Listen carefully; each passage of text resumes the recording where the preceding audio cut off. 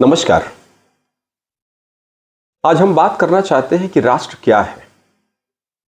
अधिकांशतः लोग बात करते हैं, राष्ट्र की चर्चा करते हैं, पर क्या वो समझते हैं कि राष्ट्र है क्या? जब हम कहते हैं कि राष्ट्र होना चाहिए, तो क्या मतलब होता है? अक्सर राष्ट्र को लोग देश से एकीकृत कर देते हैं, यानी कि राष्ट्र और देश दोनों एक ही अवधारणा। ऐसा नहीं है, बिल्कुल। राष्ट्र और जिसे हम देश कहते हैं, उसे राजनीति विज्ञान के स्कॉलर्स स्टेट कहते हैं, राज्य कहते हैं।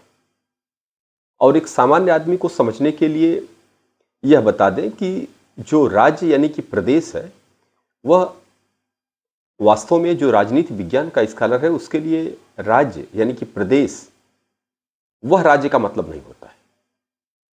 राज्य का मतलब कंट्री से होता है, देश से होता है। अब यहां जब ये अंतर हम डिफरेंशिएट कर रहे हैं, तो फिर अब आगे बात करते हैं कि राष्ट्र और राज्य क्या दोनों एक ही परिकल्पना है या दोनों अलग अलग है? दोनों बिल्कुल अलग परिकल्पना है। एक देश एक राजनीतिक एंटिटी होती है। राजनीतिक एंटिटी का मतलब एक राजनीतिक संगठन होता है।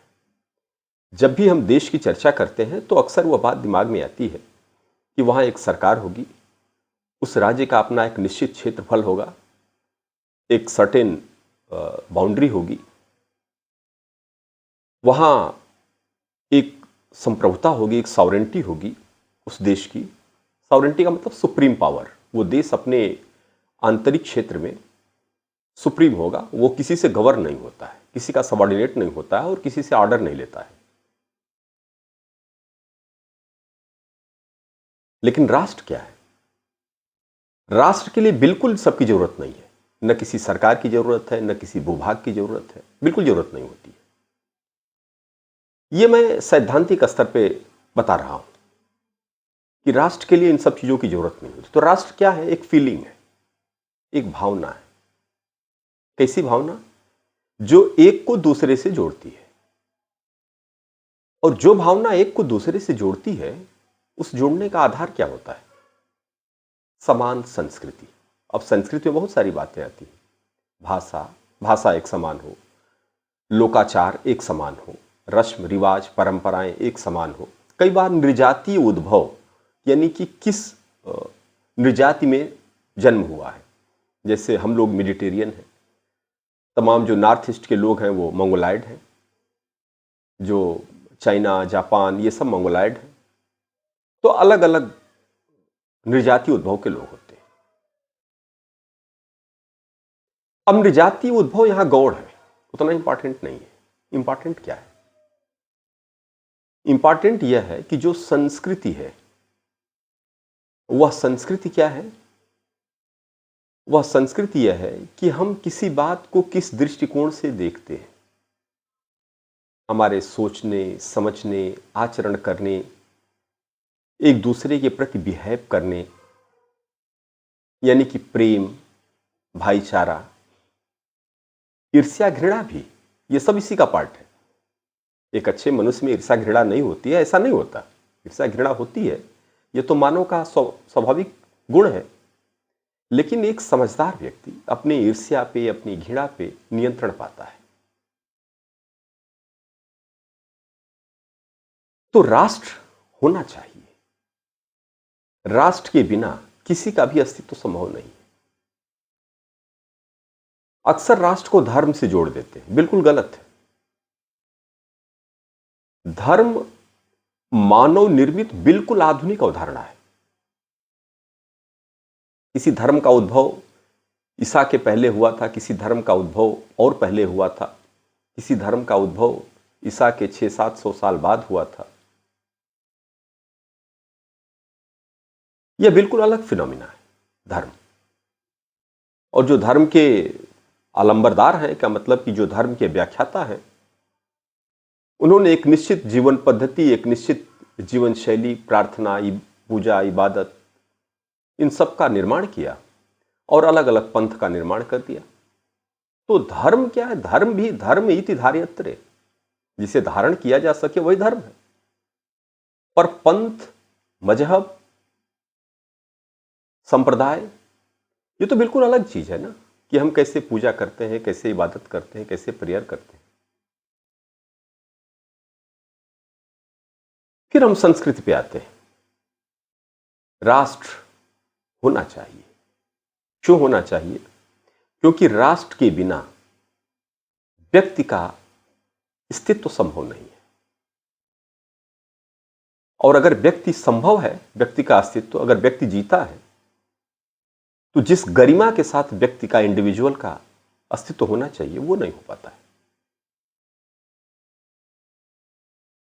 भारत का विभाजन हुआ 1947 में, तो जिन्ना ने क्या कहा? हिंदू और मुसलमान दो राष्ट्रीयताएं हैं,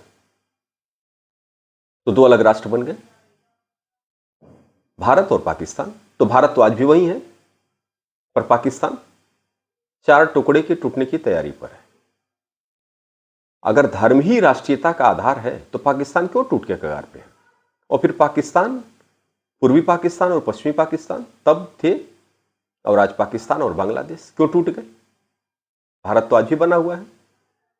जो मुसलमानों की संख्या है, वो पाकिस्तान से ज्यादा है भारत में। हिंदू और मुसलमान भारत के संदर्भ में बात करें, और चाहे जितने, जिस पंथ के लोग, धर्म के लोग रह रहे हैं, उनकी राष्ट्रीयता एक है, उनकी राष्ट्रीयता अलग नहीं। जिस बात को झूठे रूप में जिन्ना ने प्रचारित किया और बरगला के दो राष्ट्र, अपनी राजनीतिक महत्वाकांक्षा को सिद्ध करने के लिए दो राष्ट्र बना दिया। भारत के गांव में रहने वाला हिंदू और मुसलमान एक दूसरे से जिस मोहब्बत के साथ रहता था, वह समान संस्कृति थी जो एक दूसरे से जोड़ती थी। चचा ताऊ या भैया भाई, यह सब जोड़ता था, समान संस्कृति थी। हां, कट्टरपंथ के नाम पर जब कुछ गलत एलिमेंट्स ने गलत गलत व्याख्याएं करना शुरू की और लोगों को प्रोवोक करना शुरू किया, तो जरूर यह कुछ गंदे विचार के लोगों के द्वारा एक षड्यंत्र के माध्यम से, जो अपनी दुकान चलाना चाहते थे, उनके माध्यम से कट्टर इस्लामिक कॉन्सेप्ट को जो जन्म दिया, उसने ताने बाने को तोड़ने का काम किया। जब तक प्रतिरोध नहीं था, तब तक कोई बात नहीं थी। जब प्रतिरोध आया, इस बात के बारे में रिएक्शन आया, इसके अगेंस्ट रिएक्शन आया, तो फिर जो सुविधा भोगी है, जो बड़ा सुगमता से जीवन जीना चाहते हैं, जो जीवन में त्याग, जीवन में तपस्या, जीवन में गरिमा को कठिनता से प्राप्त करके जीना चाहते हैं, जो ऐसा नहीं करना चाहते हैं, उन लोगों के लिए दिक्कतें होने लगी। मैं फिर कह रहा हूं, राष्ट्र समान संस्कृति का आधार है, और भारत में जितने भी लोग रहते हैं, वो चाहे जिस धर्म के हो, जिस मजहब के हो, संप्रदाय के हो, उनकी पूजा इबादत चाहे जो हो, वो सब एक उद्भव के लोग हैं, उनकी फीलिंग एक जैसी है। और इसलिए जो भारत की अपनी सांस्कृतिक विशेषता है, वह बिल्कुल विशिष्ट और अलग है। और ध्यान से उठा के दुनिया के सारे इतिहास आप देख लीजिए, दुनिया के देशों में टूटन आई है, लेकिन भारत टूटन नहीं, जुड़ता गया है, बढ़ता गया है। भारत टूटा नहीं। हाँ, एक गलत व्याख्या आई जिसमें तमाम शासन, तब शासन करने वाले अंग्रेजों ने डिवाइड एंड रूल, आप जानते हैं भारत पाकिस्तान को अलग अलग करने का ही नहीं, लॉर्ड माउंटबेटन ने भारत और पाकिस्तान को के विभाजन की रूपरेखा रखी, योजना बनाई। आप अधिकांश लोगों को पता होगा कि भारत का विभाजन तत्कालीन गवर्नर जनरल लॉर्ड माउंटबेटन की योजना के आधार पर हुआ था। और लॉर्ड माउंटबेटन ने जो योजना रखी थी, उसमें कहा था कि दो देश, भारत और पाकिस्तान होंगे, और जो 565 देशी रियासतें हैं, वो चाहे तो स्वतंत्र देश के रूप में रहें, और अगर चाहे तो भारत में मिल जाए, चाहे तो पाकिस्तान में मिल जाए। ये तीनों विकल्प उनके सामने रखे। तो उनकी इच्छा ये थी कि सैकड़ों छोटे छोटे देश बन जाए, भारत पाकिस्तान तो बने, उसके साथ सैकड़ों छोटे छोटे देश बन जाए, और किसी न किसी बहाने उनका वर्चस्व फिर बना रहे, ताकि वो अपने व्यापार को, अपने हित को, अपने स्वार्थ को सिद्ध करते रहे। राष्ट्रमंडल का जो निर्माण था उसी समय 1948 में राष्ट्रमंडल का निर्माण किया ब्रिटेन ने। तो राष्ट्रमंडल के निर्माण के उद्देश्य किसी कोई बहुत पवित्र उद्देश्य थोड़ी न था।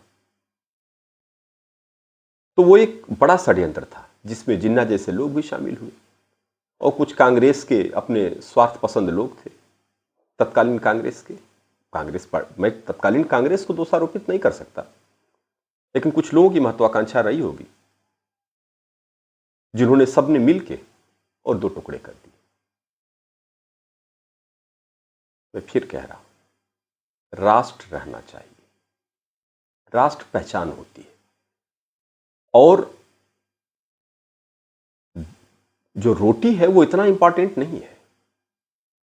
रोटी इंपॉर्टेंट है जीने के लिए, और रोटी के बिना भी लोग जीवन जीते हैं। अगर राष्ट्र है, और राष्ट्र कब है? जब चरित्र है। और चरित्र कब है? जब मानवीय मूल्य है। और मानवीय मूल्य क्या है? मानवीय मूल्य है प्रेम, अहिंसा। फिर मैं अहिंसा को संकीर्ण दायरे में नहीं परिभाषित कर रहा। प्रेम, अहिंसा, भाईचारा, बंधुत्व, सह अस्तित्व, को एग्जिस्टेंस। यह भारत की संस्कृति की विशिष्ट विशेषता है। दुनिया के किसी संस्कृति को उठा के देख लीजिए, अगर सह अस्तित्व का ऐसा भाव मिला हो तो आप असंभव पाएंगे, कहीं किसी संस्कृति में नहीं। दुनिया का सबसे बड़ा खूनी युद्ध, क्रूसेड, जिसे धर्म युद्ध कहते हैं, वो क्रिश्चियंस ने लड़ा। यूरोप में 30 साल तक एक दूसरे का खून पीते रहे, सिर्फ हत्या।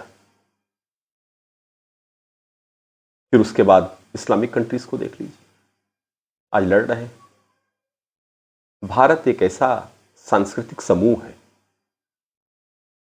जो तमाम आक्रांता आए लेकिन यहीं के होके रह गए।